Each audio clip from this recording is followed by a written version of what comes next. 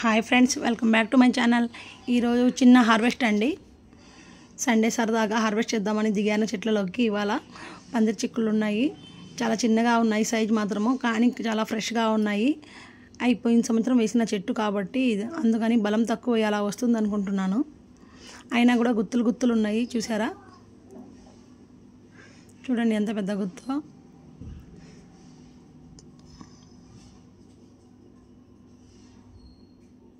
చూడండి ఒక గుత్తికి ఎన్ని కాయలు వచ్చాయో.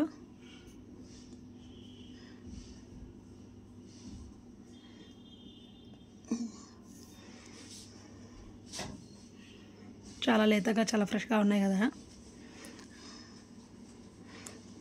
ఒక ప్లేట్ నిండుగా వచ్చాయండి. 1/2 kg వరకు ఉంటాయి పందిరి చిక్కుళ్ళు. ఇప్పుడు పచ్చిమిరపకాయలు ఉన్నాయి 4 కోసిద్దాము. చెట్టుకు 1, 2 లెక్కన ఉన్నాయి.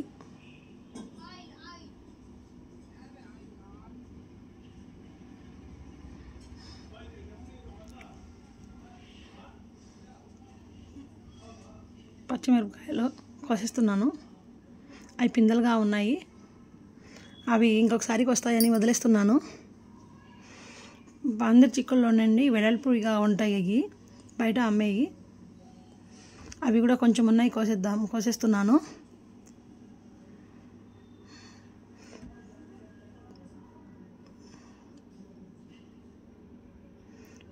పైన ఉందండి ఒకటి, అందటం లేదు. గుత్తికి కూడా ఒక 5-6 దాకా ఉన్నాయి. అంతేనండి. ఇంకా పనుగంటాకు ఉంది, కొంచెం కోసేస్తున్నాము. పనుగంటాకు వచ్చినట్టు మనం కట్ చేసుకుంటా ఉంటే కొంచెం బాగా కొమ్మలు వచ్చి బుషిగా బాగా పెరగద్ది.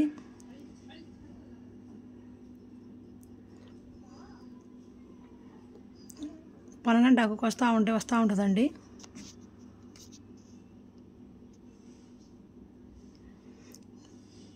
పనుగంటాకు కూడా ఒక ప్లేట్ నిండుగా వచ్చింది.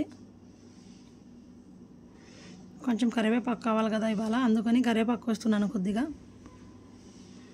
ఇప్పుడు కొంచెం మందారాలు పూస్తున్నాయి. పిల్లలకి హెయిర్ ప్యాక్ వేద్దాము సండే కదా అని కోసేస్తున్నాను. చాలా పూలు ఉంటాయి, కాకపోతే ఒక 10 వరకు కోసాను నేను. అంతేనండి ఇవాళ మా హార్వెస్ట్ అది. కొంచెం పచ్చిమిర్చి, చిక్కుళ్ళు, పందిరి చిక్కుళ్ళు వెడల్పుటి. అవి మామూలు పందిరి చిక్కుళ్ళు ఒక 1/2 kg వరకు వచ్చాయి. కరివేపాకు అండి, కొంచెం కరివేపాకు.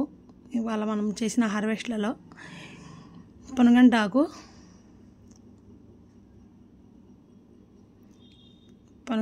ఇది చాలా లేతగా ఫ్రెష్గా ఉంది. పువ్వులండి. అంతేనండి ఇవాళ మా హార్వెస్ట్. మా వీడియో మీకు నచ్చినట్లయితే లైక్ చేయండి, మీ ఫ్రెండ్స్కి ఎవరికైనా షేర్ చేయండి, సబ్స్క్రైబ్ కూడా చేసుకోండి. బెల్ ఐకాన్ని క్లిక్ చేయడం మర్చిపోకండి ఫ్రెండ్స్. మేము చేసే ప్రతి వీడియో మీ దాకా రావాలంటే బెల్ ఐకాన్ని